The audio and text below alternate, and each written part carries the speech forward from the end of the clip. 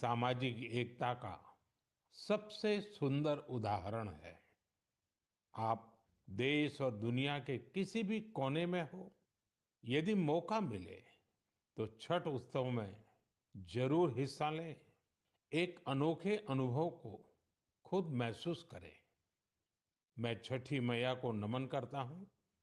सभी देशवासियों को, विशेषकर बिहार, झारखंड और पूर्वांचल के लोगों को छठ महापर्व की शुभकामनाएं देता हूँ। साथियों, त्योहारों के इस अवसर पर मैंने आप सभी के नाम एक पत्र लिखकर अपनी भावनाएं साझा की थी। मैंने चिट्ठी में देश की उन उपलब्धियों के बारे में बताया था जिससे इस बार त्योहारों की रौनक पहले से ज्यादा हो गई है। मेरी चिट्ठी के जवाब में मुझे देश के अनेक नागरिकों ने अपने संदेश भेजे हैं। वाकई ऑपरेशन सिंदूर ने हर भारतीय को गर्व से भर दिया है। इस बार उन इलाकों में भी खुशियां के दीप जलाए गए जहां कभी माओवादी आतंक का अंधेरा छाया रहता था। लोग उस माओवादी आतंक का जड़ से खात्मा चाहते हैं जिसने उनके बच्चों का भविष्य संकट में डाल दिया था। जीएसटी बचत उत्सव को लेकर भी लोगों में बहुत उत्साह है। इस बार त्योहारों में एक और सुखद बात देखने को मिली। बाजारों में स्वदेशी सामानों की खरीदारी जबरदस्त तरीके से बढ़ी है। लोगों ने मुझे जो संदेश भेजे हैं उसमें बताया है कि इस बार उन्होंने किन स्वदेशी चीजों की खरीदारी की है। साथियों, मैंने अपने पत्र में खाने के तेल में 10% की कमी करने का भी आग्रह किया था। इस पर भी लोगों ने बहुत सकारात्मक रुख दिखाया है। साथियों, स्वच्छता और स्वच्छता के प्रयास, इस पर भी मुझे ढेर सारे संदेश मिले हैं। मैं आपसे देश के अलग-अलग शहरों की ऐसी गाथाएं साझा करना चाहता हूं जो बहुत प्रेरणादायक है। छत्तीसगढ़ के अंबिकापुर में शहर से प्लास्टिक कचरा साफ करने के लिए एक अनोखी पहल की गई है। अंबिकापुर में गार्बेज कैफे चलाए जा रहे हैं। ये ऐसे कैफे हैं जहां प्लास्टिक कचरा लेकर जाने पर भरपेट खाना खिलाया जाता है। अगर कोई व्यक्ति 1 किलो प्लास्टिक लेकर जाए, उसे दोपहर या रात का खाना मिलता है, और कोई आधा किलो प्लास्टिक ले जाए तो नाश्ता मिल जाता है। ये कैफे अंबिकापुर म्युनिसिपल कॉरपोरेशन चलाता है। साथियों, इसी तरह का कमाल बेंगलुरु में इंजीनियर कपिल शर्मा जी ने किया है। बेंगलुरु को झीलों का शहर कहा जाता है और कपिल जी ने यहाँ झीलों को नया जीवन देने का अभियान शुरू किया है। कपिल जी की टीम ने बेंगलुरु और आसपास के इलाकों में 40 कुओं और 6 झीलों को फिर से जिंदा कर दिया है। खास बात तो ये है कि उन्होंने अपने मिशन में कॉरपोरेट्स और स्थानीय लोगों को भी जोड़ा है। उनकी संस्था पेड़ लगाने के अभियान से भी जुड़ी है। साथियों, अंबिकापुर और बेंगलुरु ये प्रेरक उदाहरण बताते हैं कि जब ठान लिया जाए तो बदलाव भी आकर के ही रहता है।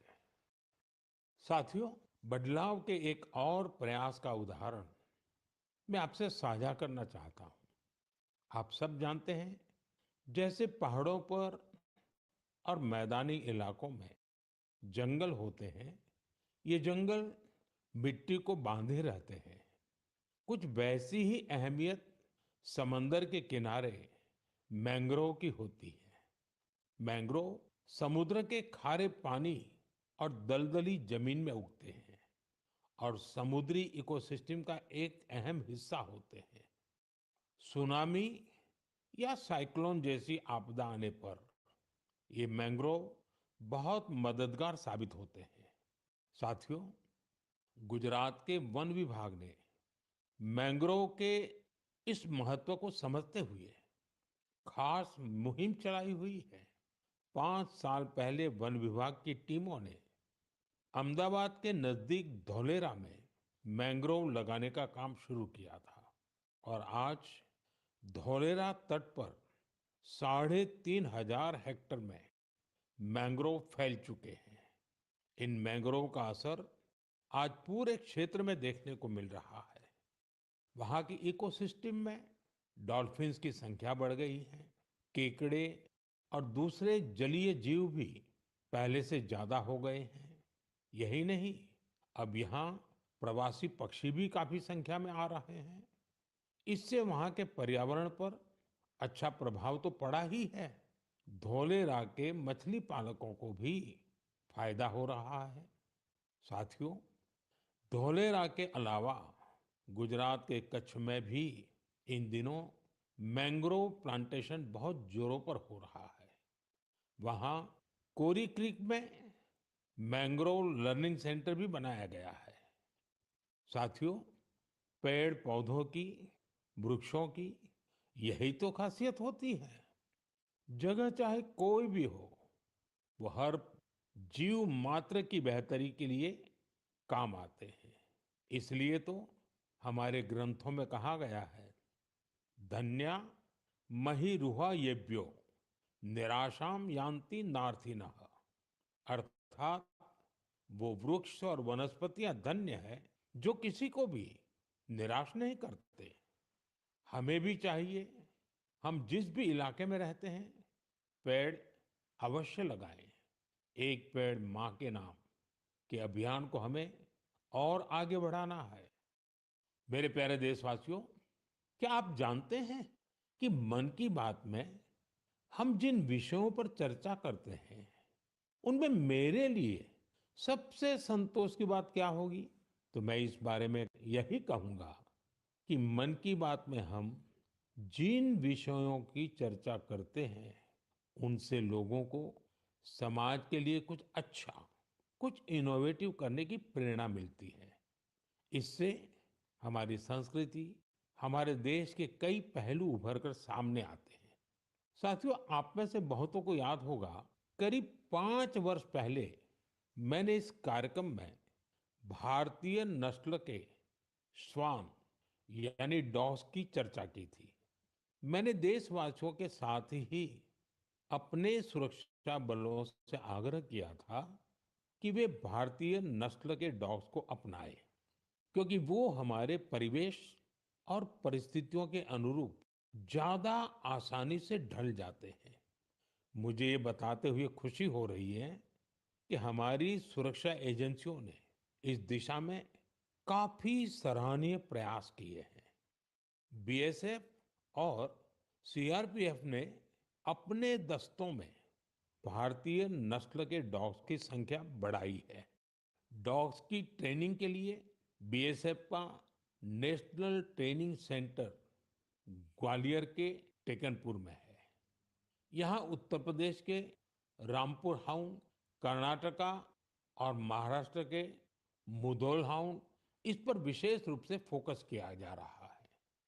इस सेंटर पर ट्रेनर्स टेक्नोलॉजी और इनोवेशन की मदद से श्वानों को बेहतर तरीके से ट्रेन कर रहे हैं। भारतीय नस्ल वाले डॉग्स के लिए ट्रेनिंग मैनुअल्स को फिर से लिखा गया है ताकि उनके यूनिक स्ट्रेंथ्स को सामने लाया जा सके। बेंगलुरु में सीआरपीएफ के dog breeding and training school में मॉन्ग्रेल्स, मुधोल हाउंड, कोम्बाई और पांडिकोना जैसे भारतीय श्वानों को ट्रेन किया जा रहा है। साथियों, पिछले वर्ष लखनऊ में all India police duty meet का आयोजन हुआ था। उस समय रिया नाम की श्वान ने लोगों का ध्यान अपनी ओर खींचा था। ये एक मुधोल हाउंड है जिसे बीएसएफ ने ट्रेन किया है। रिया ने यहाँ कई फॉरेन ब्रीड्स को पछाड़ते हुए पहला पुरस्कार जीता। साथियों, अब बीएसएफ ने अपने डॉग्स को विदेशी नामों के बजाय भारतीय नाम देने की परंपरा शुरू की है। हमारे यहाँ के देशी श्वान ने अद्भुत साहस भी दिखाया है। पिछले वर्ष छत्तीसगढ़ के माओवाद से प्रभावित रहे क्षेत्र में गश्त के दौरान सीआरपीएफ के एक देसी श्वान ने 8 किलोग्राम विस्फोटक का पता लगाया था। बीएसएफ और सीआरपीएफ ने इस दिशा में जो प्रयास किए हैं